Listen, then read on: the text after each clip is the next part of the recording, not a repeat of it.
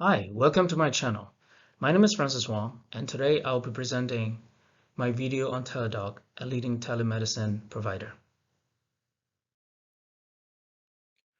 Teladoc Health provides telecare services using a technology platform via mobile devices, the internet, video, and phone.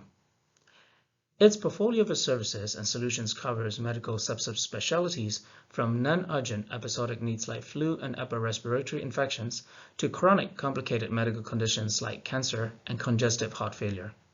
The company was founded on June 13, 2002 by George Byron Brooks and Gary Well, its headquartered in Purchase, New York.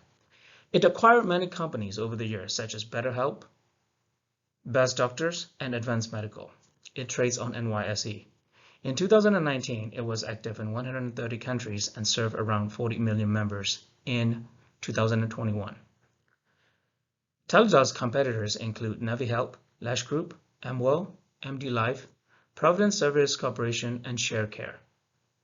In this presentation, 5 years of data were collected from 2017 to 2021. Analysis of Teladoc. Teladoc has never turned a profit, not by GAAP, generally accepted accounting principles, although its hypergrowth was inevitable during the 2020 pandemic when lockdown and social distancing hampered doctor-patient interactions. At the end of 2019, a few acquisitions and pandemic had increased its revenue by threefold.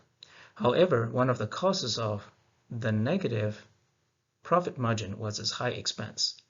$18.5 billion acquisition for Livongo, a digital health firm that targets chronic disease management. However, thanks to its many acquisitions, now there are many services Teladoc is able to offer its customers. For example, BetterHelp.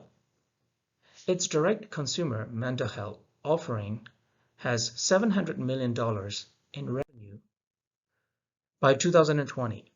That's impressive for a product that was acquired for a mere $4.5 million in 2015. It is adding more value per member. Management cited that BetterHelp brand and the increasing number of the customers using mental health services have decreased customer acquisition costs and increased retention.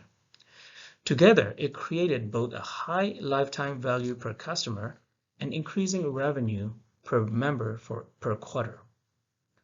Moreover, Teladoc is adding more than 10,000 new therapists within a year, with another 1,200 members to join in January 2022. Teladoc is definitely adding more value to the society where there is a shortage in therapists and demand for treatment is quite high. Despite the negative margins, its ROA and ROE have been increasing year after year.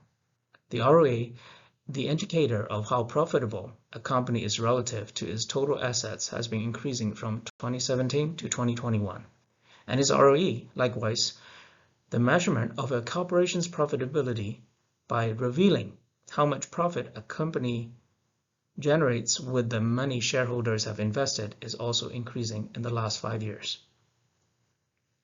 Many may have been talking about Teladoc setbacks in its stock's performance, and it looks like if worries may be overdone. The global telehealth market, at a compound annual growth rate of more than 36%, is expected to reach $787 billion by 2028, according to Grand View Research. In an investor presentation earlier this year, Teladoc said 60% of its customers showed interest in a virtual health plan.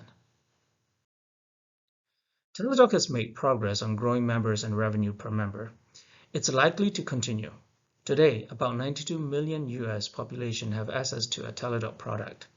That's out of a total 298 million US population. So there's definitely room to grow. Cautious optimism. Would you invest in this company?